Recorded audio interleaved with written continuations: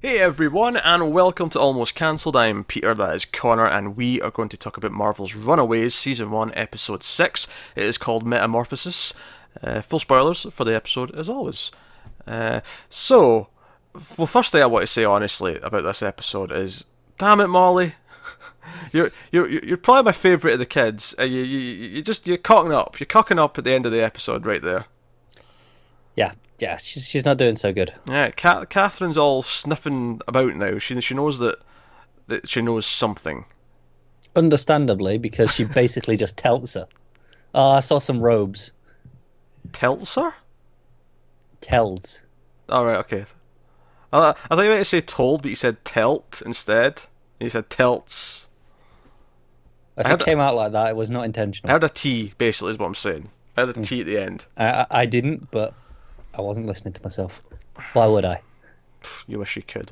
Anyway, so so we got this fundraiser party they're doing for the school they're building. So the episode kind of revolves around this event, pretty much largely. Obviously, there's a little bit of setup for it. The kids get together, right? Okay, we've got this plan. Alex and Nico are going to go and try and sneak in and get the footage off the servers. Yada yada yada. There's a couple of other little setup things. I actually really like the scene with Nico and her mum Tina, where she's like training her like how to use the staff. Mm. I mean, it was really funny anyway, because she's like, just imagine what you want to happen holding the staff. The first thing that comes to your mind, and I did get a good chuckle when I realised what she thought of was muting her mother, and her mother was making no sound.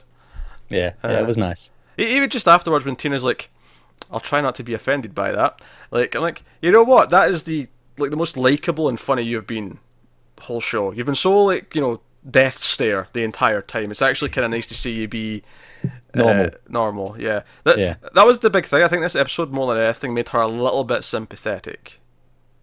Yeah, it did in a couple of times. Yeah, between her reaction to her husband cheating on her and having her break down on her own, and Nico because she's obviously Nico and Alex are hiding behind the table. She wants to go and comfort her, but then wait, why are you hiding behind my desk in an office you're not meant to get into?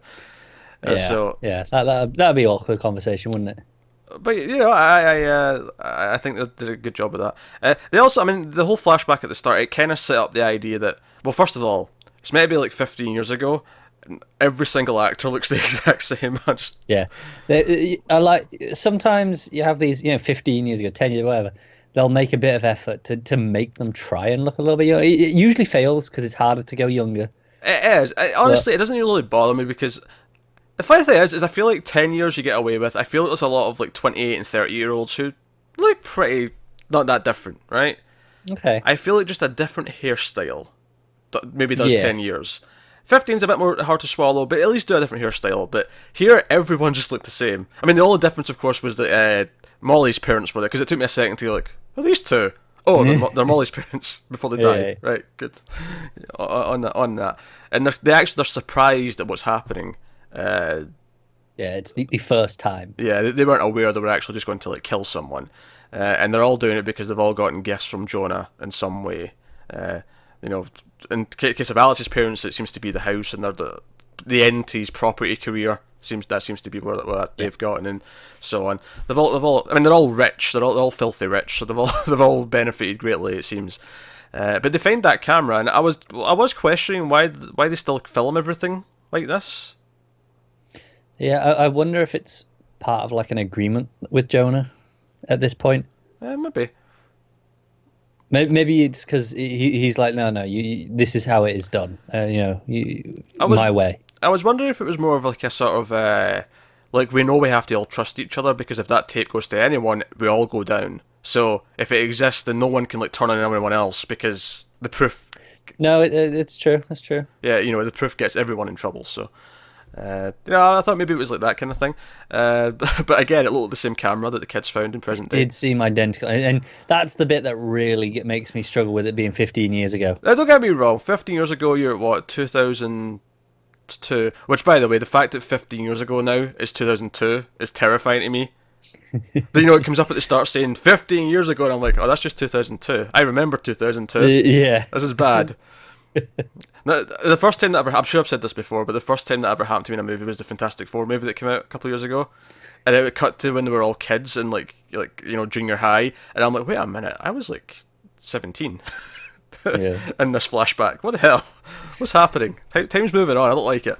But so no, I buy that cameras that roughly look that one existed then. It was just weird that they're still using the exact same little camera for 15 I think years. I mean, like I said, I get that that they existed, but I Yeah. would have appreciated just a bit of a bulkier camera. That's all. Just to sell it, yeah. just to show us. Okay, look, this is older. Yeah, absolutely. So yeah, but so it sets up some of the Jonas stuff. He still wants to meet his daughter, which he's hoping to do at the fundraising party, and everyone comes. Other important setup stuff. Now it's funny actually. I actually just saw on Twitter this past week something about Karolina from the comics. It was just someone pondering if they would do something with her character they were worried they might ignore for the TV show, and funnily enough. Because when I read it on Twitter, I was like, yeah, there's been not really any hints of that, so, maybe they will ignore it. And sure enough, this very episode, the very next one, there's the first hints that she's either gay or bisexual or whatever her sexual orientation is. Because there's that, and Joe, I love, they make it really clear later on where characters actually bring it up. But I actually really liked the first little moment of it because it was just a silent moment of, like, you just kind of get it. You're like, oh, she's... Yeah, it's like, oh, she's into her. Yeah, she's into That's Nico. it. It's like, okay, Because, I see it, I get it. and I kind of like it, cause as much as it kind of makes the love triangle a square, I actually like this part of it because it ties into her feeling like she's been, like, hiding herself her whole life. With the lights and the colours and all that, and this is like a sort of extension of that. It's also part of her because you can almost take the whole lights thing as a metaphor. Yeah, for... this is a more realistic and normal version of that. Yeah. So I kind of like how that links up, and it makes her interactions with Chase a little bit funnier when, like, he's trying his best to be I'm the handsome young man who's going to sweep you off your feet. Yeah. But she's just, like, not caring, not interested at all. This is the thing. I really like it from her perspective. Yeah. What it does for her, but for the overall situation, I'm like, oh, really? We needed more to this. Like I say, I really like. I like this development. I look forward to it coming out. And it may be quicker than we think because Gert's already in on it. She was, like, clocking it already. Like, yeah, I kind of feel like we're interrupting a private moment there. Yeah. I'll also be interested to see how Alex... I mean, assuming, like, again, not read the comics past the first couple issues, so I don't know where this goes, but assuming that Nico's not interested because she's just into Alex, like, I'm just curious what her reaction is to this, and, what's Alex's reaction that, oh, our other friend is into my girlfriend? It's just a weird situation to kind of process. Potentially awkward. Potentially awkward. The right sort of, normal teenage awkward. Yeah. Given that I'm expecting them all to stay a group for the whole show, I don't imagine it's going to cause any... It won't be a big thing forever. I can see it being awkward for a bit, though. Yeah, I definitely think it's going to come up before the end of the season, though. Yeah, most likely. I'm a fan of the development, though. I actually think it's given Karolina just that little bit extra sort of thing to her character that gives her a bit more sort of depth. I'm like, okay, now like there's a lot, like, now that the whole thing is kind of a metaphor for just coming out like that, I actually really like it a lot. I mean, I liked it. I mean, I thought the colours were cool, and sure, we find out in this episode she can fly. That's all fine, but it didn't really. Well, it hadn't got much more to it than that, did it? Yeah, this gives it a bit more depth. It's like this whole cult thing and living, like, under her, like, religious nutjob mother. Like, it's all kind of a parable for hiding yourself because you have to in front of her. And now that they've actually put, like, a real thing in there that works alongside it, she's actually a lot more interesting now. She has more depth. I think, isn't it usually when they have this, this metaphor, they don't bother with the real thing as well. It's like, okay, the metaphor's there for this. We don't need to do both. So I think it kind of, arguably, some people would say it becomes redundant because you're just doubling down on your message. But I think it becomes more interesting to deal with it in both ways. Yeah, no, I mean, I think it could do, but I think because, like you just said, you don't usually have them do both. I'm curious just this one to see how it handles it with both. Yeah. It might end up feeling, okay, that it's kind of redundant in the sense of the way it treats the messaging to do both. But so far, it's enhanced it for me. So far, yeah. Yeah. So I can't. And the cool thing is, though, is they can kind of shift the message more to be about the real thing.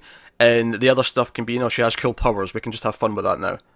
Yeah. That's always fun. So powers are cool. Yeah.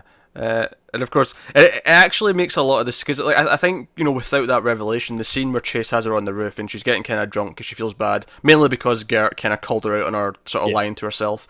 And she's getting drunk. I like how she's just downing vodka straight.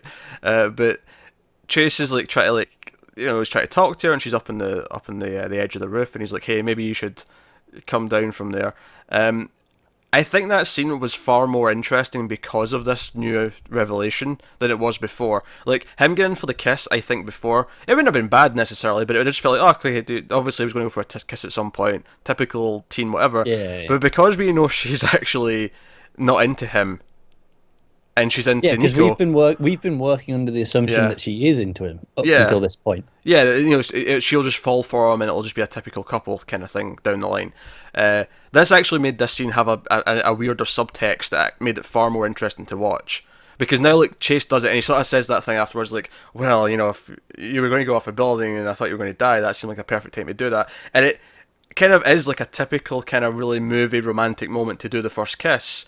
But because we know what the truth is, it actually gives it this weird kind of like... it's this awkwardness, isn't it? You're making a fool of yourself. You think that went well, but Karolina's like, not really my type. The gothy Asian girl's more my thing. you're too... So, no, I think that's... I think that added a lot to her character in this episode. That was probably my favourite thing about this episode, actually. Not that it wasn't all the good things, but it was probably my favourite thing. Yeah. So... Yeah, you had that going on. You had Frank, Leslie's wife, Karolina's acting father, we'll say, meeting Jonah, her actual father, and very clearly, like, he's very suspicious right away. He's not buying any of this bullshit, this cover story. I'm an old friend who's just moved back to town. He's. To be fair, Jonah doesn't hide it very well. Oh, he's not subtle. No, he's like, I'm just gonna go steal your wife. Yeah, he literally says that. It's cool, right? He leaves like a 10-second pause before he goes, for a minute. Yeah. It's very subtle. That's not giving any hints at all, is it? Yeah, very, very, very, very subtle. But so he comes out and like defends her at one point because like Jonah's trying to talk to her, and he sort of whisks her away as quickly as possible. And there's a lot of weird stares, a lot of awkward moments like that. And he has this weird memory of seeing them banging in the forbidden room. Yeah, because it's Dale, Leslie speaking to Dale, and he's like, "Hey, I made sure he couldn't remember Jonah in any way," and it's like, "No, he doesn't," but there's something, and it's almost like he's got like an echo of a memory that was erased. Yeah, it's like he got that little flash, like it's not quite gone. Yeah, but that's interesting, the fact that Dale can wipe memories. Like that's, I mean, we kind of knew that anyway because we're trying to do it to Molly, but that this is like evidence of it. Like someone's actually been... There's been successful, yeah. Yeah, there's been a wipeage before. And of course, Molly, being the doofus she is, keeps trying to talk to Catherine. She's like, hey, time's running out, because she thinks they're all going to go to jail, and she won't get a chance to find out about her parents, so she's like, do it now. Tell me about my parents now, which is what leads to her putting her foot in her mouth. And although, it's worth mentioning that right now, they just think it's her. They do. They just think it was Molly that saw stuff, not everyone else.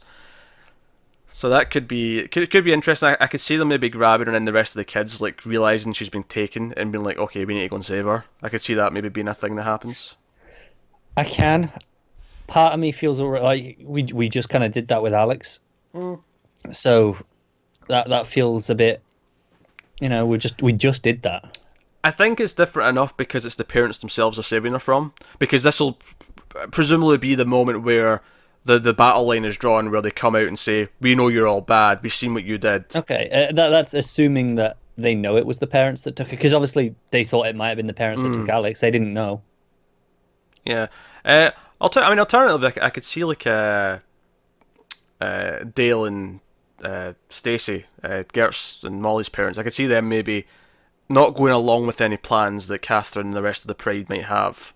And maybe I can see that. That causes the start of like a rupture of sorts. But no, so that's setting up stuff. And of course, we did have Alex and Nico sneaking into the office. We had Gert like sort of distracting the security guard at the elevator, which was turned into a weird scene.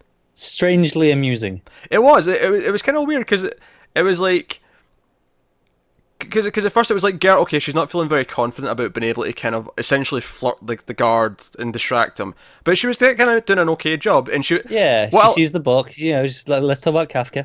Yeah, that was the thing. She uses her strengths. She's like, okay, I know about that. I'm going to talk to him about this because he likes that. And then it was the Star Wars like arcade Yeah. machine, and like they were talking about that, and then the other big security guard, the big bearded guy, he comes out and he's like, "Oh, you shouldn't be touching that. That was like an anniversary gift, to Tina." Yeah. But then you see them later, and they're all like playing it, and like they're getting high scores, and then it's like, where were girls like you when I was in high school? And she's like, "Well, did you try the theatre club or maybe the library?" And then they awkwardly ask what age she is, and he's like, "Okay, this just got weird. I'm going to go away and go over there." Yeah.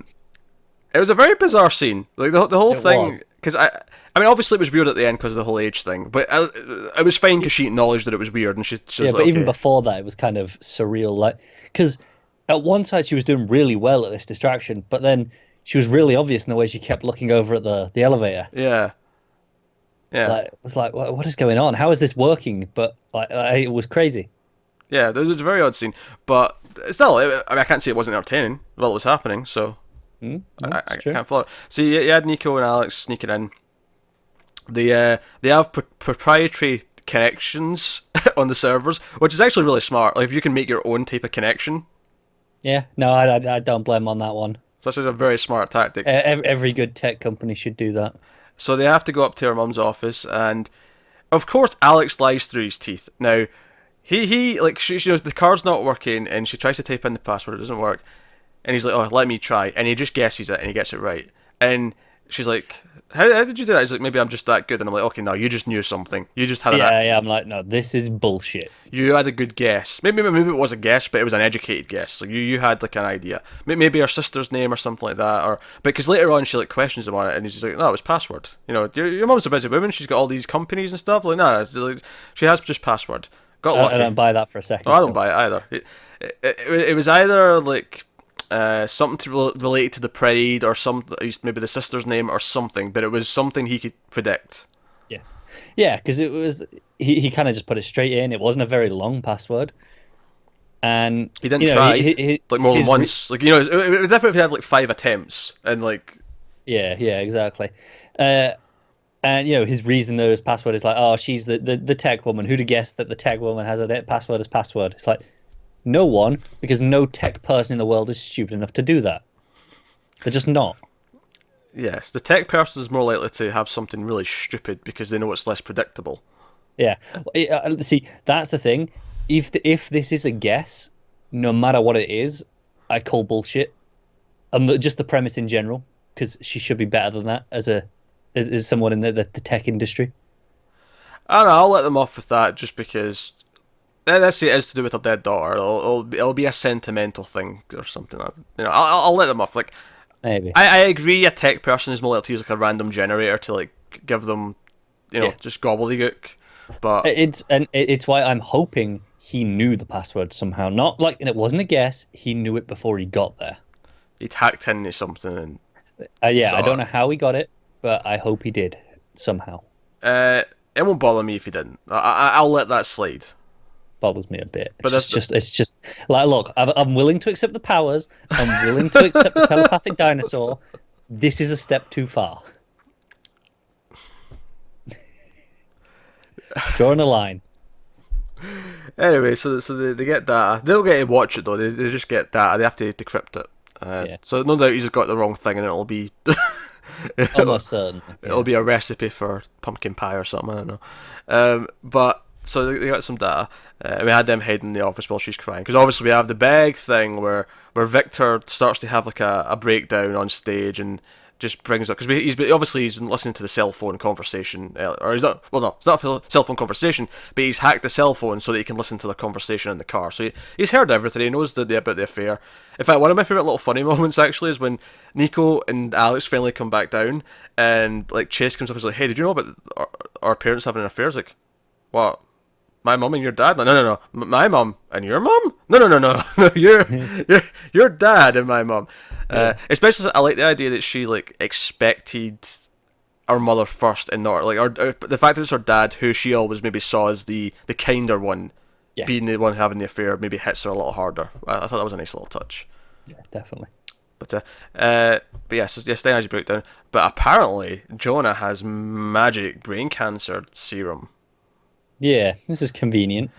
Well, I'd say it's convenient, but it's clearly setting something up, because he says is. it comes from someone with an extraordinary immune system, and I'm like, I mean, it may be someone from Runaways specifically that I can never guess, but I'm like, oh, who's got an immune system? They've a mutant or well, maybe not a mutant, but an inhuman. That said, if this Fox Disney deal goes through, they could retcon it to be a mutant. They could. I was wondering, could it be him? Is this the reason he's survived for however long? Yeah, maybe. I mean, it doesn't necessarily say it cures the cancer per se. I could see them saying, oh, maybe it's delayed it for a few years or something like that, or maybe, yeah. Or even he just doesn't feel the pain, but it'll still kill him in the same amount of time or something like that. It could be. I mean, that was the thing. He said, it was a cure for like pretty much anything. I'm like, it was like, okay, this is convenient that you've got this. I mean, not specifically you've got it on you now, but just in general that it exists. I feel like we'll do something with it because he specifically teased like, oh, it comes from someone with an extraordinary immune system. So I feel like it's going to lead to a character. So I'll say. I wonder if it's one of Molly's parents. Could be. Still alive, but just, because obviously she has powers. She presumably inherited powers. I wonder, I mean, since some of the other kids have had powers, I wonder if Geralt will turn out to be, like, immune. If it's based on her parents. If they have a thing, they might not, but... See, Gert has the dinosaur, though, so she's got her thing. She does, yeah. Yeah.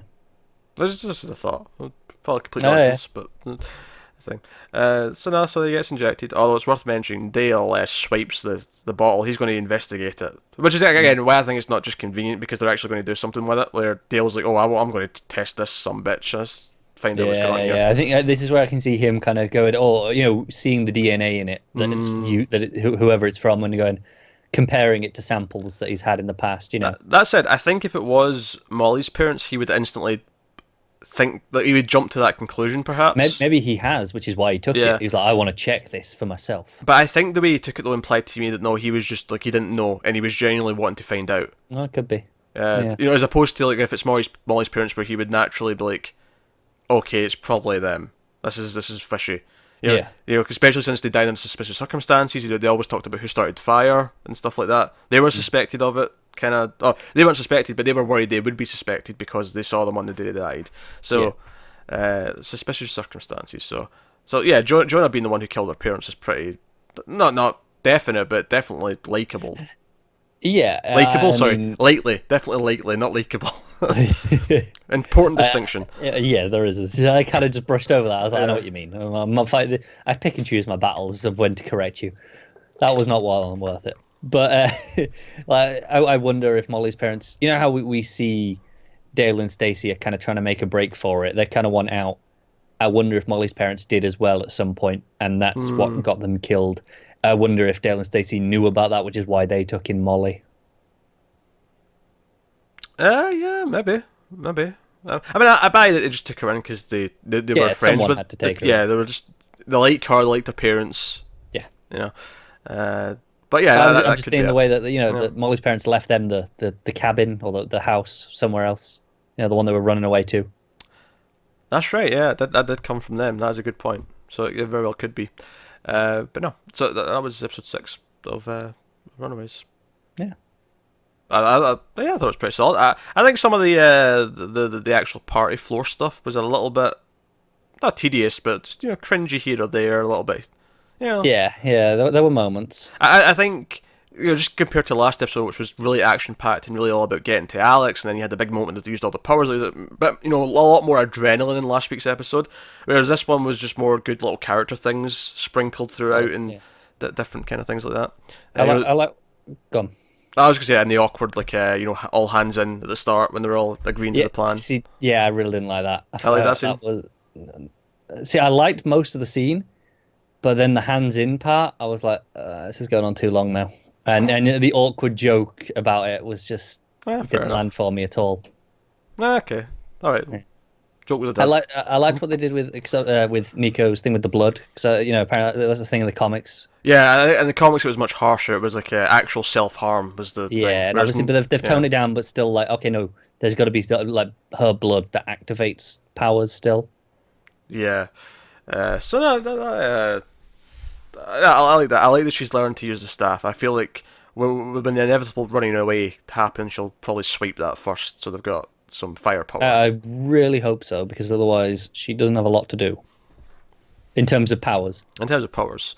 Yeah, what about Alex? Although he's got his hacking, Well, I suppose. he's Hacker Man, yeah. It's not a lot to go on, though, is it? I mean, He's proved his value. it's no fistigons. Ugh, stop it. I love those fistigons. I mean, Chase is probably the most boring character, just on a character level, but fistigons. Oh, I hate that name. I hate that name so I love much. it. I love it. It's great. Oh no, it's awful. Fistigons. Alright, that is episode 6 of Runaways. By all means, let us know what you thought of the episode in the comments below. Like and subscribe, all that stuff. Get us on the Twitters at mail_fuzz. If you want to support the channel and support everything we do here, head over to patreon.com/mailfuzztv. You can do that over there. Check that out. But otherwise, that is us. So thank you once again for watching. Keep watching the TVs. Actually, one final moment. We never actually talked about the flying thing, really. We sort of talked about the rest of the scene, but never the actual moment. I just wanted to say, I actually, because they were sort of on this close-up of her flying for a long time. Yeah. And I was like, I really want a wide shot to see how it looks from a distance, like, just looking at From the building. ground, but then it did do it. And it eventually did do it. I'm like, oh, good. That was a nice shot. I'm glad you did that.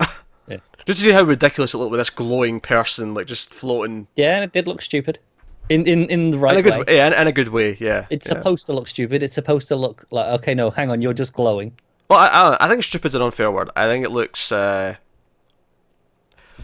suspicious. It looks otherworldly, like something strange. It looks strange. Strange. All right, There you fine. go. Another S word instead. Strange isn't inherently negative, though. It's not. It's not.